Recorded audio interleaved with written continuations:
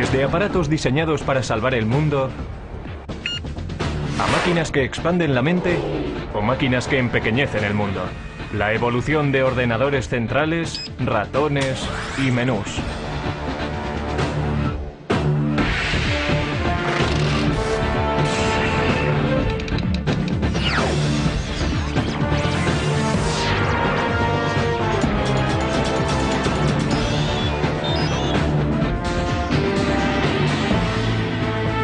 El ordenador ha revolucionado la manera en la que trabajamos, jugamos, viajamos y nos comunicamos. Afecta cada parte de nuestras vidas. Ya ha conseguido ayudar a ganar guerras, resolver problemas aparentemente irresolubles y nos ha lanzado al espacio. La era de los ordenadores no ha hecho más que empezar. Estamos todavía en la edad de piedra. A medida en que vayamos avanzando en el siglo, no habrá una distinción clara entre la inteligencia humana y la inteligencia de la máquina. La mayor parte de la gente hoy en día sabe qué es un ordenador personal e incluso algo sobre su manejo.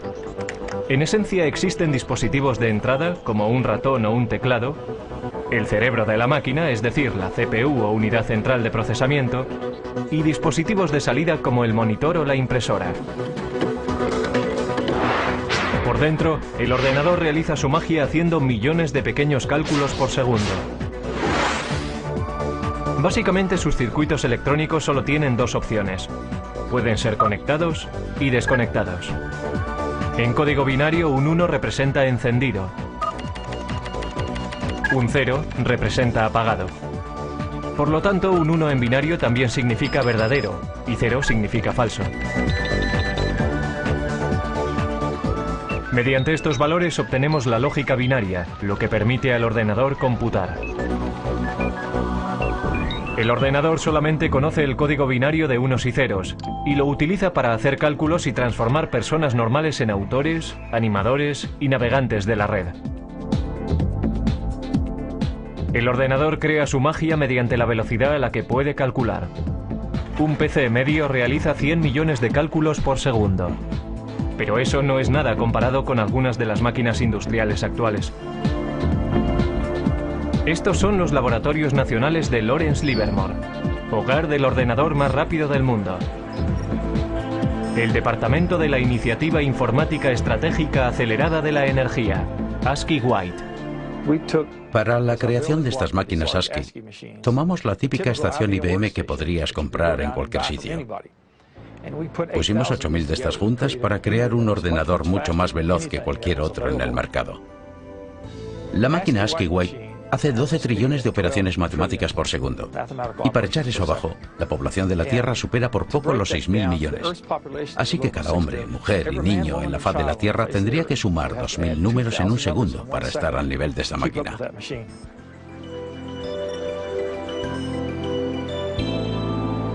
Como si fuera el guardián del silicio, el ASCII White está dedicado al servicio del país. Los laboratorios nacionales Lawrence Livermore son responsables de cerciorarse de la seguridad y la actuación de las armas nucleares de la nación. En 1992, el presidente George Bush prohibió las pruebas nucleares bajo tierra. Eso hace que sea muy difícil calcular el arsenal nuclear. Ahora los laboratorios han decidido emplear superordenadores para hacer las simulaciones y determinar la integridad de las armas que van cogiendo tiempo. Si se piensa en un arma nuclear y todos sus componentes, se empieza a comprender qué difícil es el proceso. Tenemos que ser capaces de simular cada una de las partes, la física que tiene lugar dentro de ellas. Estos simulacros son tan complicados que incluso a un ritmo de 12 trillones de cálculos por segundo llevarían semanas completar una prueba. El ordenador también tiene el poder de modelar moléculas. Esto ayuda a los científicos a diseñar experimentos antes de ir al laboratorio y entender cómo podrán ser los resultados. La manera más efectiva de obtener información del ordenador a la mente humana es mediante muestras visuales. Un enorme número de vídeos expositores de alta resolución convierte el infinito número de unos y ceros del ordenador en un increíble tapiz pixelado. Necesitamos ver el contexto, ser capaces de entender cómo encaja todo y después utilizamos esta simulación en una escala muy fina, en un bloque, un elemento para nuestras simulaciones más grandes que cubren un mayor volumen de espacio o un sistema mucho más grande. Sin estas paredes no seríamos capaces de entender este simulacro. Paradójicamente, mientras la tecnología va haciéndose más pequeña, los superordenadores como el White siguen ocupando todavía un gran espacio y una atención especial. Bien, estamos en la habitación eléctrica, que en realidad está al otro lado de la pared de la habitación del ordenador. Un ordenador de este tamaño necesita mucho material de apoyo. El ordenador ahora requiere aproximadamente 1,3 megavatios, eso es más o menos unas 1300 ohms. Requiere manipuladores de aire y refrigeradores. 3 refrigeradores de 675 toneladas impiden que el White se sobrecaliente haciendo circular agua fría a través de tuberías bajo el suelo. La máquina representa el esfuerzo coordinado de cientos de brillantes cerebros. Pero con la máquina ASCII podemos rastrear su origen hasta un hombre que no estaba demasiado preocupado por la seguridad nacional, pero tenía un gran interés en el ganado.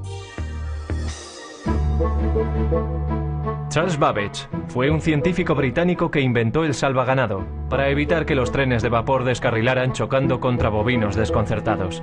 También se le considera por muchos el padre del ordenador. Babbage fue un científico extraordinario. Quiero decir que fue fantástico. Se adelantó 100 años a su tiempo. No se puede decir de muchas personas, pero sí se puede decir sobre Babbage. A comienzos del siglo XIX, concibió la idea de ordenadores mecánicos. Es decir, ordenadores que iban a hacer más que calcular, que iban a poder guardar información, almacenar números y volver sobre ellos cuando lo necesitaran. E iba a poder imprimir las respuestas que ofrecía.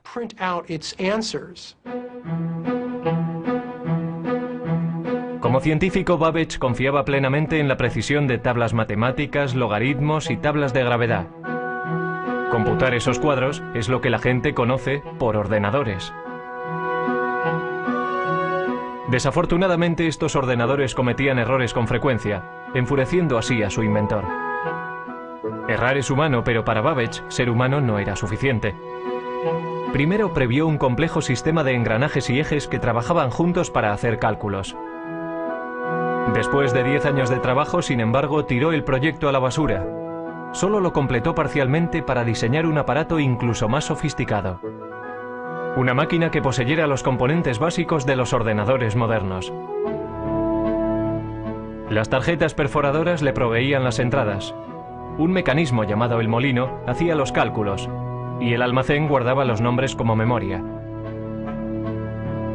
Lo llamó el motor analítico. El motor analítico hacía cálculos mecánicamente. Después de introducir los datos, el mecanismo tenía que ser accionado por una manivela, haciendo girar cientos de engranajes intrincados, ejes y ruedas numeradas para calcular los resultados. Babbage anticipó que la máquina de 15 pies de altura funcionaría a vapor por su tamaño. Pero Babbage nunca construyó una máquina. Su protoordenador se colapsó antes de que pudiera completarlo. Fue víctima de herramientas imprecisas y de la falta de fondos. Todo esto ocurrió 100 años antes de que se volviera a concebir la idea de un aparato así. Alentado por una eclosión de población en América, el siguiente paso en la evolución del ordenador vino al final del siglo XIX, cuando oleadas masivas de inmigrantes amenazaban con sobrecargar el censo americano de 1890. En 1887, la oficina del censo todavía llevaba la cuenta del recuento de 1880 a mano. Desesperados suplicaban por otra forma de tabular los resultados. Entonces fue cuando un anterior inspector del MIT llamado Hermann Hollerith introdujo una serie de máquinas que harían que el recuento del censo fuera tan fácil como contar 1, 2 y 3. Cada persona estaba representada por una tarjeta. Los individuos tenían que perforar las cajas relacionadas con su edad, sexo, raza y profesión. Los trabajadores del censo entonces introducían las tarjetas perforadas en las máquinas. La tabulación se hacía con electricidad. Al utilizar clavijas eléctricas, los resultados se registraban en una serie de diales, como si fueran relojes. Otras máquinas separaban las tarjetas. Las máquinas de Hollerith aceleraban de forma vertiginosa el procesamiento de la información. En solo 6 semanas se había hecho el recuento del censo de 1890 de 62.622.250 habitantes. Entonces Hollerith continuó comercializando ese invento. Se dio cuenta de que el censo era un gran cliente, pero seamos realistas, si solo recibes un pedido una vez cada 10 años. Entonces salió y consiguió hacer negocio entre los ferrocarriles, por ejemplo, y formó una compañía que finalmente se convirtió en la base para la IBM. La invención de Hollerith fue un hito en el camino de lo mecánico a lo digital. Pero todavía faltarían 50 años y el poder destructivo de una guerra mundial para que arrancara el primer ordenador verdadero. Antes de los años 30, los aparatos mecánicos computacionales se utilizaban para seguirle la pista a la población, pasajeros de tren y archivos de seguros de vida. Pero los primeros ordenadores digitales electrónicos se construyeron con un objetivo mucho más persuasivo en la mente: ayudar a ganar una guerra mundial. Una de las máquinas más tempranas se propuso por los británicos para romper el código alemán, conocido por Enigma. Con ello empezaron a creer que se podía ganar la guerra. Una de las personas que trabajó para romper el código Enigma fue Alan Turing. Su trabajo antes de la guerra ayudó a establecer la base teórica para los ordenadores que se construyeron en los 40. En el norte de Londres, en unas instalaciones secretas en Bletchley Park, los británicos construyeron Colossus, un tipo de ordenador diseñado para romper el código Enigma. Colossus comparaba secuencias de letras a un ritmo de 25.000 caracteres por segundo.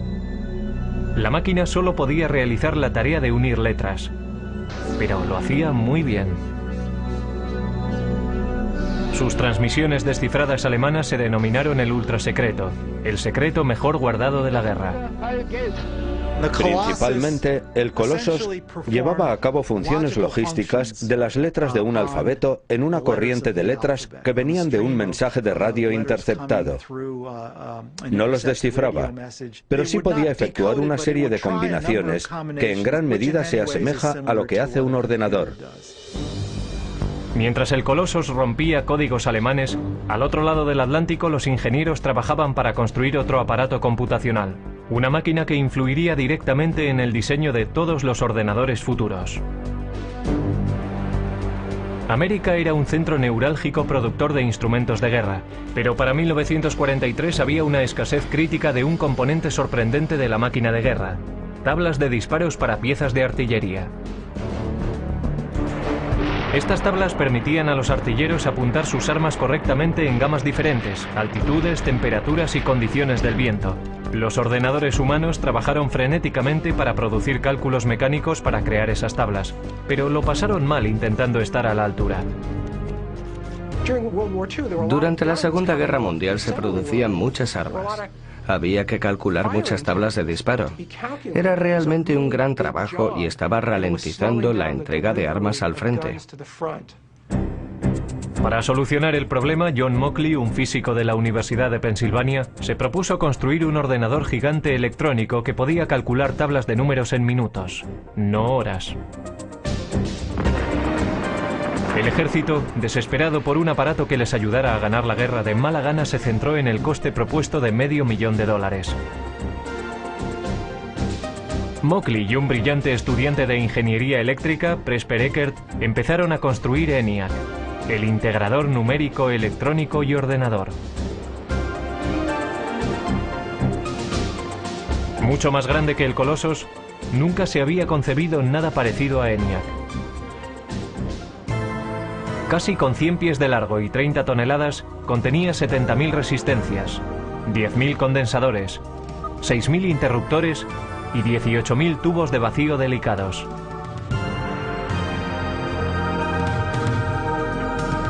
Los tubos funcionaban como bombillas.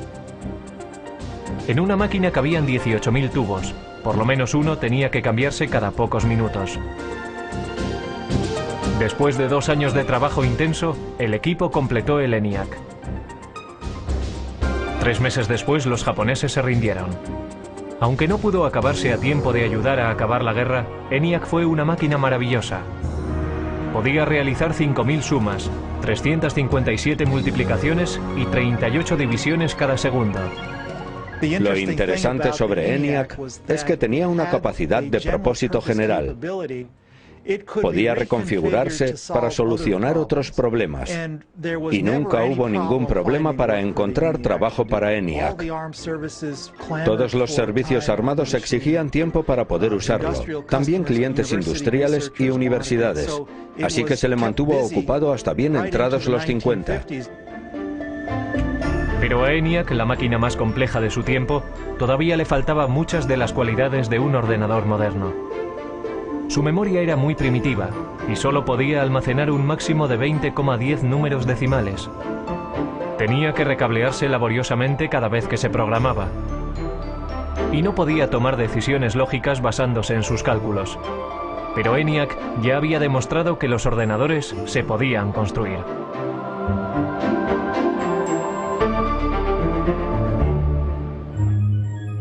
Justo antes del final de la Segunda Guerra Mundial, John von Neumann, un consejero de Ecker y Moseley en el proyecto ENIAC, escribió un ensayo que iba a influir de forma definitiva en el siguiente paso del diseño de ordenadores. Von Neumann poseía una memoria fotográfica y era uno de los científicos principales enrolados en el proyecto Manhattan. El artículo de von Neumann delineaba la estructura de un ordenador moderno. El diseño comprendía una unidad de procesamiento y una unidad de control, memoria, entrada y salida. Pero lo más importante en la evolución de los ordenadores tendría su capacidad de programación internamente en su memoria. Internamente contenía programas para darle al ordenador su potencia y versatilidad, porque un programa interno puede modificar lo que hace, basándose en los datos o los resultados de las computaciones. El trabajo de von Neumann proponía una máquina que realmente poseyera una capacidad general de propósito. En su trabajo describió los atributos del ordenador, cómo tenía que organizarse de forma lógica. Esto es, necesitaba tener un procesador central donde los cálculos se pudieran llevar a cabo. Necesitaba una memoria donde los datos de programación pudieran ser almacenados. Y necesitaba tener una unidad de salida y una unidad de entrada de algún tipo. Trazó el plan lógico, el mapa para un ordenador, y señaló la dirección que había que tomar para el futuro. La idea para almacenar programas internamente era la última llave para desarrollar el verdadero ordenador con un propósito general. Pero si fue o no la idea de von Neumann es algo que se ha debatido con vehemencia recientemente. Ecker y Moseley, que habían trabajado con von Neumann, dijeron que habían formulado programas internos como parte rutinaria de su trabajo al construir ENIAC. Sin embargo, Ecker y Moseley no fueron incluidos como autores en el artículo y se sintieron traicionados. Pero al darse cuenta de que el ordenador encontraría un lugar en el mundo de los negocios, Ecker y Moseley formaron su propia compañía. Empezaron a trabajar en una máquina que llamaron UNIVAC, Ordenador Universal Automático. A diferencia de sus predecesores, UNIVAC era una máquina amable, diseñada para solucionar problemas científicos o militares. Podía diseñarse para satisfacer varios propósitos. El UNIVAC también constituía el primer ordenador en poder fabricarse en masa y venderse comercialmente. La máquina podía ser programada para toda una serie de tareas de procesamiento de datos como nóminas, inventarios y facturación. Unidades de cinta compactas y magnéticas almacenaban datos y los resultados se imprimían automáticamente. Todavía muy poca gente entendía qué grado de utilidad tendría un ordenador. Esa percepción cambió drásticamente en la noche electoral de 1952, cuando la CBS utilizó el UNIVAC para predecir el resultado de la carrera presidencial entre Eisenhower y Adelaide Stevenson. Los sondeos decían que la carrera presidencial estaba muy justa. El UNIVAC calculaba de otra forma. Los ingenieros introdujeron los resultados de los precintos seleccionados del este, antes de que cerraran los colegios electorales en el oeste. Los expertos pensaron que había sido una carrera muy apretada, pero el UNIVAC predijo una victoria electoral arrolladora para Eisenhower. Incluso la CBS no creyó lo que decía el ordenador y dudó en dar a conocer sus resultados. Pero al final el UNIVAC tenía razón. El poder y la utilidad del ordenador habían sido probados. Después del éxito del Univac, varias empresas empezaron a ver un futuro en el desarrollo de los ordenadores. IBM empezó a darse cuenta de que los ordenadores serían cada vez más pequeños, más baratos y más fáciles de manejar, y que habría un lugar en los negocios para estas máquinas que, desde luego, a la larga, sustituirían a la tecnología de las tarjetas perforadoras. Para comienzos de la década de los 60, IBM dominaba el gran mercado de los ordenadores. Los negocios empezaban a depender de los ordenadores. Las máquinas se iban haciendo cada vez más pequeñas, gracias al cambio de tecnología de tubo a los transistores, a la tecnología de los transistores. Y la carrera hacia la Luna iba a hacer que los ordenadores fueran aún más pequeños. En 1961, Norteamérica iba a la zaga de Rusia en la carrera por el espacio. En el incesante intento de ganar a los rusos, el objetivo de la NASA era que el hombre llegara a la Luna. No iba a resultar fácil. Cuando comencé a trabajar en la NASA en 1962, el primer día me dieron una regla de cálculo de 20 inch. Nuestros cálculos se hacían principalmente en calculadora de bolsillo. Teníamos un número de personas a las que asignábamos nuestras hojas de datos, y su trabajo consistía en trabajar con sus pequeños cálculos. Pero los astronautas no podían confiar en reglas o calculadoras de bolsillo en el espacio. La misión requería un ordenador guía sofisticado. A principios de la década de los 60, sin embargo, una máquina tan potente como la que necesitaban ocupaba toda una habitación. La NASA intentó reducir el tamaño del problema. Afortunadamente, el primer gran avance en el camino a la miniaturización ya había tenido lugar. En 1947, 3 científicos en los laboratorios Bell inventaron el transistor. Un transistor ejecutaba la misma función de encendido y apagado que los tubos de vacío, pero era mucho más pequeño y más fiable. Los transistores se hacían con silicio y cable diminuto. El silicio es un semiconductor. Si se aplica un voltaje pequeño, se comportará como conductor, permitiendo que pase una corriente entre los cables. Si no hay voltaje, actuará más como un aislante bloqueando la corriente. Esta característica del silicio es lo que permitió a los transistores hablar el lenguaje binario de los ordenadores. Y harían del silicio la base para la industria de estos. El siguiente paso en la miniaturización tuvo lugar en 1959, cuando Robert Noyce y Jack Kilby, ingenieros para fabricantes rivales de transistores, llegaron a los mismos avances de forma independiente y que conducían a la misma idea revolucionaria. Toda una red de componentes electrónicos, transistores y todo incorporado en un solo chip de silicio. La gran innovación en la electrónica se llamó el circuito integrado. En 1969, 5.000 circuitos integrados componían el corazón de cada uno de 2 ordenadores idénticos. Uno en la órbita lunar y el otro en la Tierra. Para su tamaño, estos eran los ordenadores más potentes de la Tierra. Mientras Neil Armstrong daba un pequeño paseo en el polvo lunar, Ted Hoff, un ingeniero con la compañía de chips Intel, estaba dando un gran paso en el proceso hacia la miniaturización. Estaba desarrollando una idea que pondría todo el ordenador en un chip de silicio, el microprocesador. Era la invención no solo de circuitos integrados, sino de un tipo particular de circuito integrado, el microprocesador, que hace posibles los ordenadores personales de hoy en día. A Hoff le habían encargado diseñar 12 circuitos integrados por separado para fabricar una calculadora japonesa. Sugirió colocar toda la unidad de proceso en un chip y programarlo como un ordenador. Intel desarrolló la idea y para 1970 tenían un modelo de microprocesador. Los ordenadores estaban en el camino para hacerse más pequeños. Sin embargo, todavía estaban muy lejos de ser fáciles de manejar. Uno de los primeros intentos de simplificar las operaciones del ordenador fue encabezado por Doug Engelbart. El científico concibió una manera sencilla de manejo e incluso mostró un prototipo en 1968 en la Conferencia de Otoño de Ordenadores de San Francisco.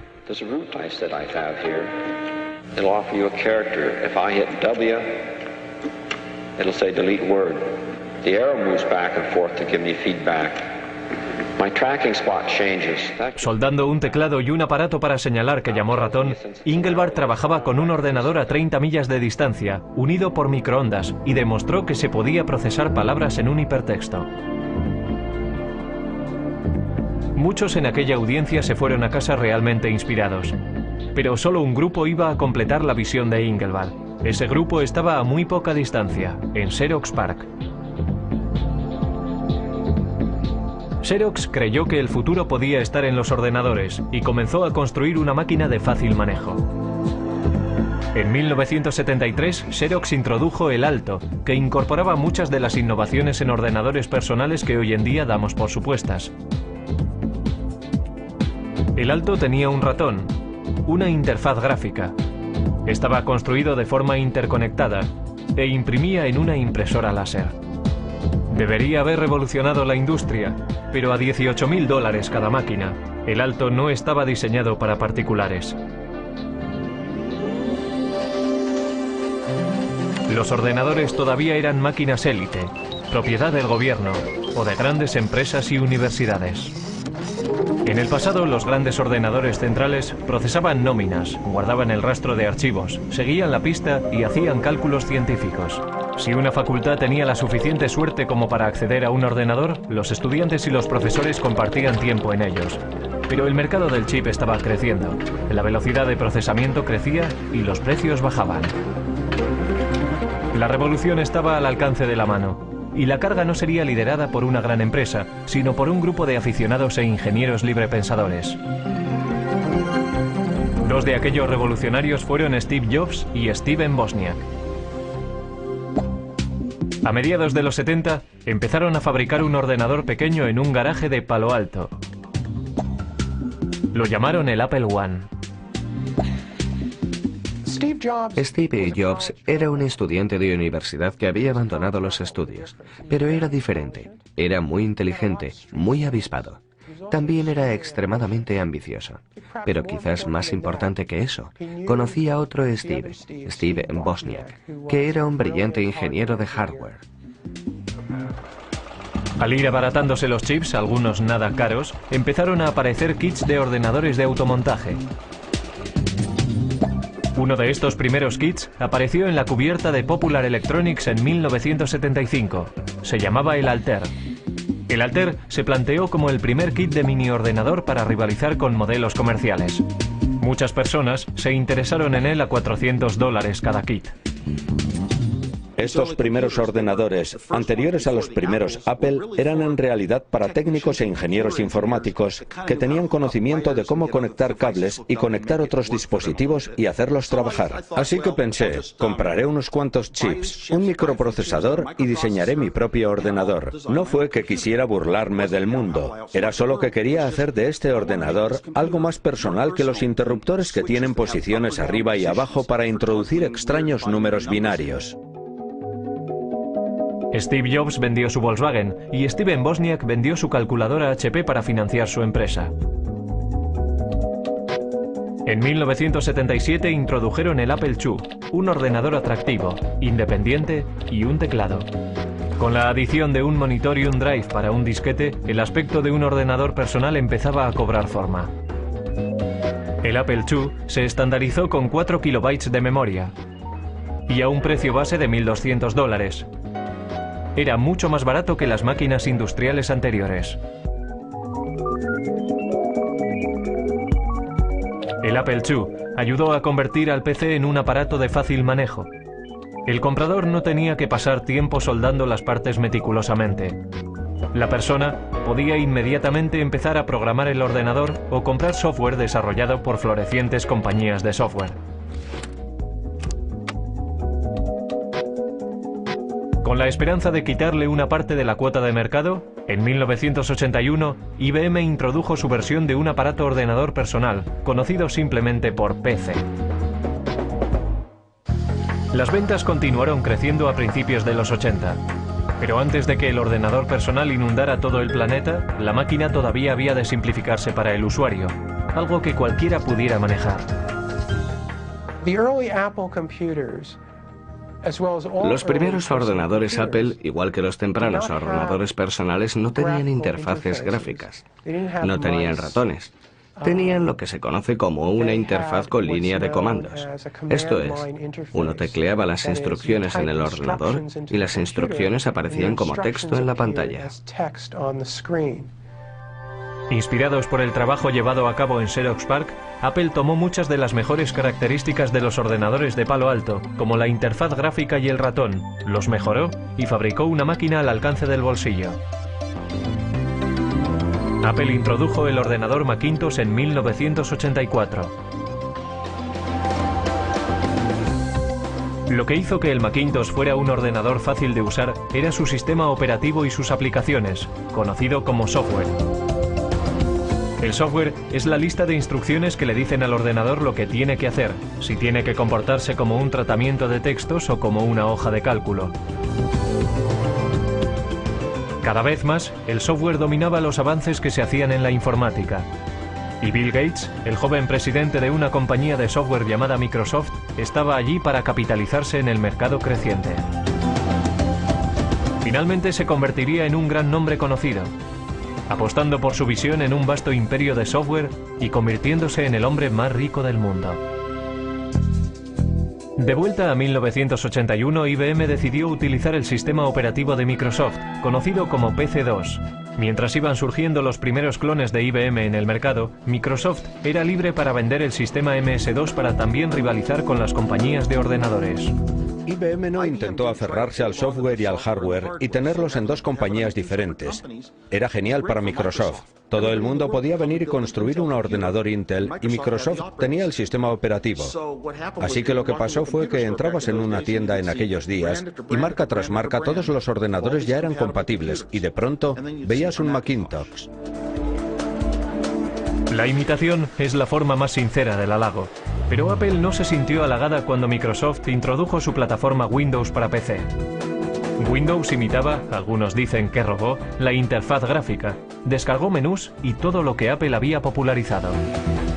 Existe la idea de que Bill Gates vino a Apple y copió el aspecto gráfico y el uso que después condujeron a Windows, porque cualquiera, una vez visto, no hay que verlo durante mucho tiempo. Bueno, ya sabes, este es el futuro, y una vez cruzas la puerta, ya no hay vuelta atrás. La verdadera historia es que nosotros necesitábamos software y Gates tenía una empresa, Microsoft, que escribía software, así que tuvimos que enseñarle un ordenador y darle copias para que lo escribiera. No había otra manera. Y no lo llamaría robar exactamente. Es como ser un oportunista y buscar en los lugares apropiados y negociar la manera como lo quieres. Incluso cuando otro lo inventó primero, es difícil llamarlo robar. Las ventas se dispararon en los 80.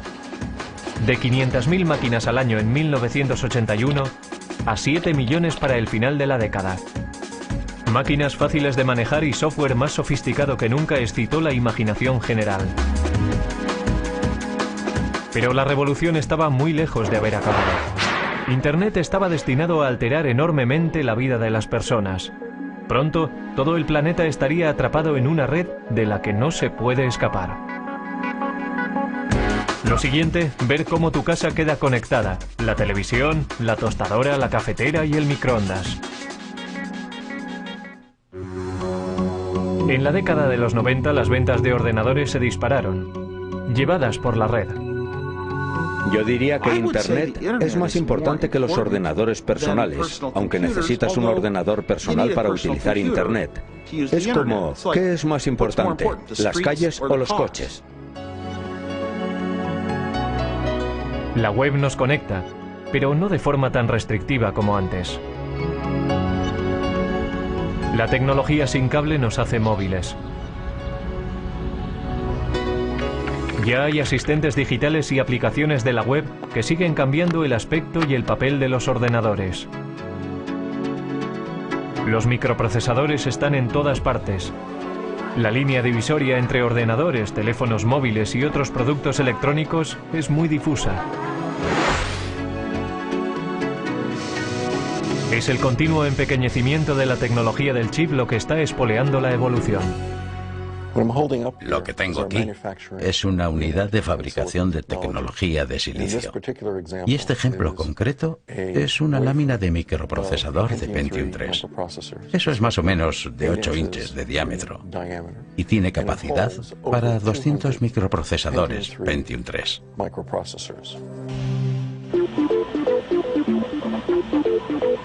Cada microprocesador puede contener tantos como 100 millones de diminutos transistores. Los chips se fabrican mediante un proceso llamado fotolitografía. Los fabricantes de chips empiezan por ponerle a una lámina de silicio una capa de un material fotosensible. Los científicos entonces hacen una plantilla del diseño que quieren mediante el grabado en un metal fino con un rayo de electrón. Los rayos ultravioleta brillan a través de la plantilla y bajo el chip fotosensible, causando una reacción química y creando el sistema de circuitos. Un chip se fabrica colocando capa tras capa. Estos chips, que son básicamente microordenadores, están encontrando su lugar en aparatos inteligentes. Hay discretos ordenadores escondidos en los aparatos del día a día y hablan entre ellos vía web y mediante otras tecnologías sin cable. Resulta que todos estos aparatos, todas estas cosas que están en casa, y realmente tenemos unos 100 microprocesadores diferentes, se conectan a Internet. Todas se pueden conectar a una red en casa y permiten a las personas conectarse a todos los recursos que existen en Internet. Pero hablar a tus aplicaciones por teléfono no es una idea nueva. And this lady, she's calling her oven. Sound funny? Actually, it's something that could happen in the future, thanks to a Westinghouse idea still in development that makes it possible to operate your appliances by telephone. Probablemente llama o manda un mensaje. Hoy puede que no veamos la necesidad de llamar a nuestros hornos, pero ¿no estaría bien que nuestro frigorífico hiciera la compra? Vamos a ver qué tenemos para cenar esta noche. Traigo una lista de la compra. Estos son productos que ya sé que necesito. Productos que he consumido durante la semana. Y vamos a ver qué podríamos necesitar. Así que iremos al armario a ver qué es lo que tenemos allí. Tengo la mayoría de las cosas, pero estos dos ingredientes quiero añadirlos a mi lista de la compra. Así que hago clic aquí y se añadirán a mi lista de la compra. Así que ahora lo que puedo hacer es coger mi lista de la compra y o bien la descargo a un teléfono con base web y si hago clic la lista vendrá aquí. Puedo hacer también que vaya a un PDA. O lo que puedo hacer es mandarlo a streamline.com y hacer que me lo pidan y me traigan la comida a mi casa desde aquí. O sea que está viendo todas tus aplicaciones domésticas, desde tu coche a tu mejor equipo de televisión y videojuegos, a tus electrodomésticos, lavadoras, secadoras y frigoríficos. Todo conectado para que desde un browser se pueda operar la casa automatizada.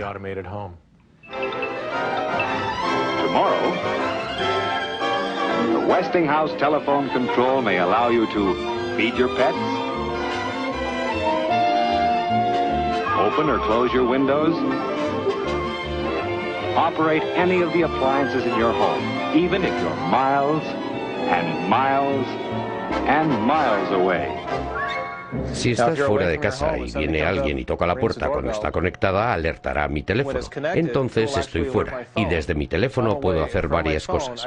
Puedo llamar a mi casa, hablar con la persona, puedo descargar la imagen de quién es, puedo ver si es uno de mis hijos que se ha olvidado la llave, puedo ir más allá con mi teléfono porque puedo controlar la puerta y dejarles pasar. A continuación, ordenadores del futuro que disparan la mente. Dentro de 10 años los ordenadores no serán objetos que trasladamos de un sitio a otro. Estarán en nuestras gafas lanzando imágenes directamente a nuestra retina. Siguiendo una tendencia antigua en el mundo de los ordenadores, las cosas se están haciendo más pequeñas. Mucho más pequeñas. Hewlett-Packard está trabajando en un ordenador molecular. El Dr. Stan Williams planea utilizar moléculas en lugar de unos y ceros eléctricos para hacer funcionar un ordenador. Por supuesto que un interruptor es algo que puedes encender y apagar, así que si piensas en una pared de interruptores, la gente habla del mecanismo de apretar un botón que se llama flip-flop de conmutación. La manera en que las moléculas se modifican es simplemente mediante el cambio de forma. Cuando tienen una forma están encendidas, cuando tienen otra forma están apagadas. Una corriente eléctrica podría apretar el interruptor mecánico, convirtiéndolo en el mecanismo fundamental de la informática digital. Pero, ¿cómo se conecta todo? Trabajamos duramente en lo que se conoce en la comunidad científica como kits para montar uno mismo. En otras palabras, sabíamos que sería demasiado caro y muy difícil de construir cables diminutos del tamaño de moléculas usando las técnicas estándar de la litografía y el grabado. El Dr. Williams y sus asociados desarrollaron cables moleculares paralelos, cada uno de 2 átomos de lato y 8 átomos de ancho. Resulta que no planificaron ni redactaron estos cables. No les dijimos dónde tenían que ir en ningún caso. Esencialmente depositamos una pequeña cantidad de iridio en una superficie de silicio, lo calentamos y se produjo una reacción química entre los dos materiales. Y el resultado de la reacción química fue una serie de cables que ven detrás de mí. El Dr. Williams previó construir ordenadores moleculares mediante la retención de moléculas individuales entre 2 juegos de cables. Con este tipo de memoria molecular podríamos construir tanta memoria en cualquier cosa del tamaño de una uña. Podríamos almacenar fácilmente toda la biblioteca del Congreso en ella. Otras investigaciones están trabajando en futuros ordenadores que puede que utilicen ADN o incluso partículas de cuanto. Con el almacenamiento masivo y el poder verdadero de la informática, la siguiente generación puede que sean ordenadores modelados según el cerebro humano. La inteligencia artificial en la ciencia y en el arte de fabricar ordenadores hace cosas que nosotros consideramos que requieren la inteligencia humana. Estamos desarrollando sistemas que pueden ser parejos o incluso superar a la mente humana dentro de nuestros dominios. Si se trata de jugar al ajedrez, diagnosticar una enfermedad, guiar misiles crucero a través de terrenos, tenemos un sistema que puede operar al nivel humano dentro del marco de estas tareas definidas. Lo que no tenemos todavía es sistemas que puedan entender el lenguaje humano con la flexibilidad de los humanos. Eso llegará. Alan Turing fue un arquitecto informático temprano que trabajó para desmontar el código Enigma durante la Segunda Guerra Mundial. En 1950 previó un tiempo en el que los ordenadores podrían ser capaces de pensar. Cuando el superordenador Deep Blue de IBM ganó al campeón del mundo de ajedrez Garry Kasparov, algunos perdieron el respeto al juego. Pero otros reconocieron que esto era un signo de que las máquinas inteligentes llegarían.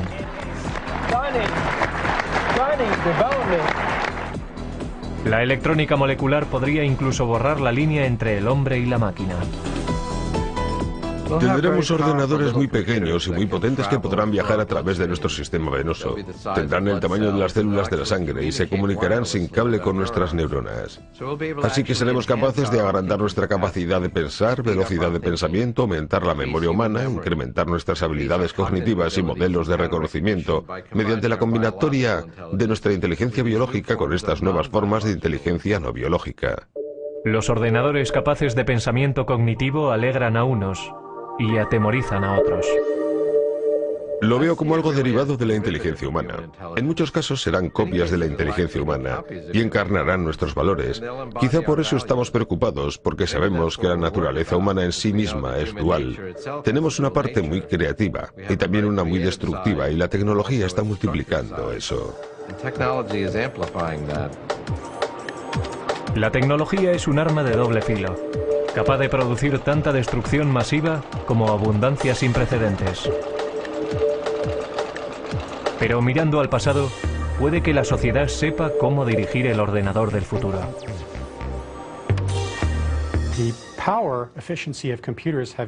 El poder eficaz de los ordenadores se ha incrementado por un factor de 100 millones en tan solo 50 años.